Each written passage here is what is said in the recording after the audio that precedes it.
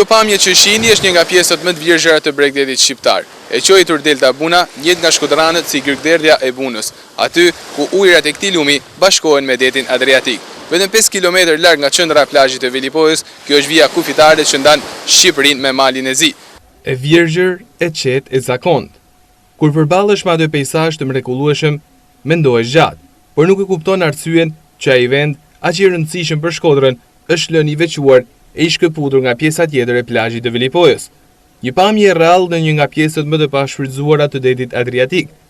Gërgderdhja e Bunës, ish porti tregtar nga ku anijet që vijnë nga Venecia Trieste zbarkoheshin aty, në ditët e sotme ka mbetur e patrazuar.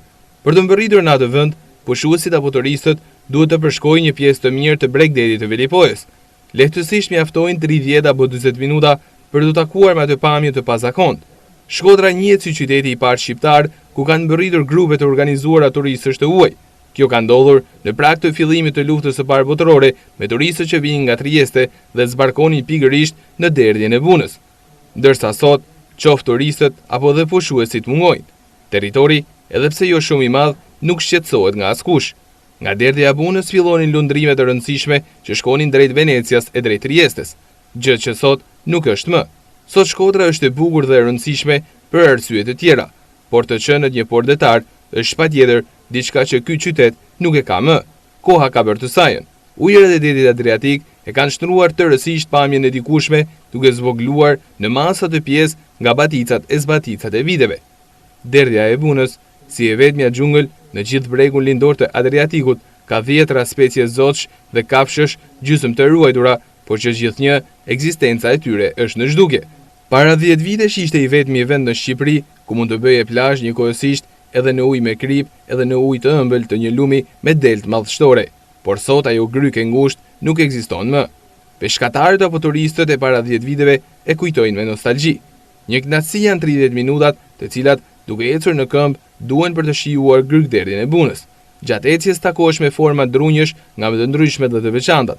Dunat e paprekura të rërës apo uji i kristalt i detit për një moment të largojnë streset e përditshmërisë. Lumi Buna mund jetë i vetmi i cili derdhjen e tij e ka në formë delte natyrale me 3 deg. 2 nga këto deg i përkasin pjesës malazeze, ndërsa njëra i takon palës shqiptare. Aty ndodhen 2 ishuj të vegjël, ishulli Ada dhe ishulli Franz Josefit, të cilët kufizohen me malin e zi. Të 2 këta ishuj janë drejt reduktimit. Gjithnjë më shumë po humbasin në ujë, duke mos patur më shëmbëllimin apo orientimin e mëparshëm.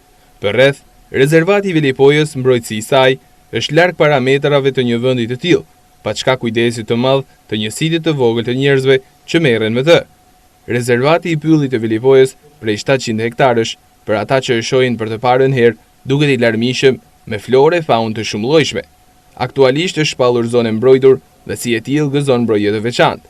Në të janë 4 breza pyjore dhe 4 këneta të vogla, të cilat lidhen me rrugë toksore njëra me tjetrën. E gjithë pasuria natyrore është ruajtur e paprekur, krejt natyrale, pasi aty nuk ka të drejtë të ndërhyjë asnjëri, sidomos për gjuhë. Por kjo nuk do të thotë se aty nuk ka të drejtë të hyjë njëri.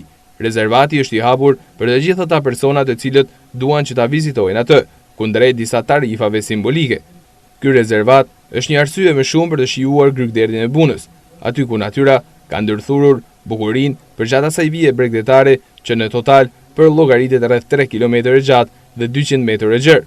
Bashk ekzistenca e detit, lumit, malit, kodrave, lagunës e pyllit e bën Velipojën shumë tërheqëse dhe mjaft të larmishme.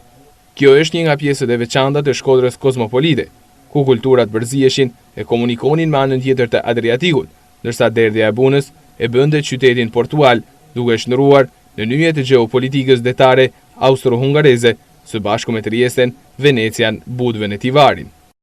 Veç fllatit e lehtë erës e kërcitjes së një trajçme të dallgëve, kjo zonë e reduktuar së tepërmi 10 vitet e fundit nga ujërat e detit Adriatik në pjesën më të madhe të kohës flë e qetë. Për gjumjen, rrallëherë e prishin kuriozët e pakt apo peshkatarët të cilët kanë zgjedhur pikërisht këtë zonë si burimin e të ardhurave të tyre. Për Antena Nord, nga Gërgderdhja e Bunës, Senat Nikçiçi.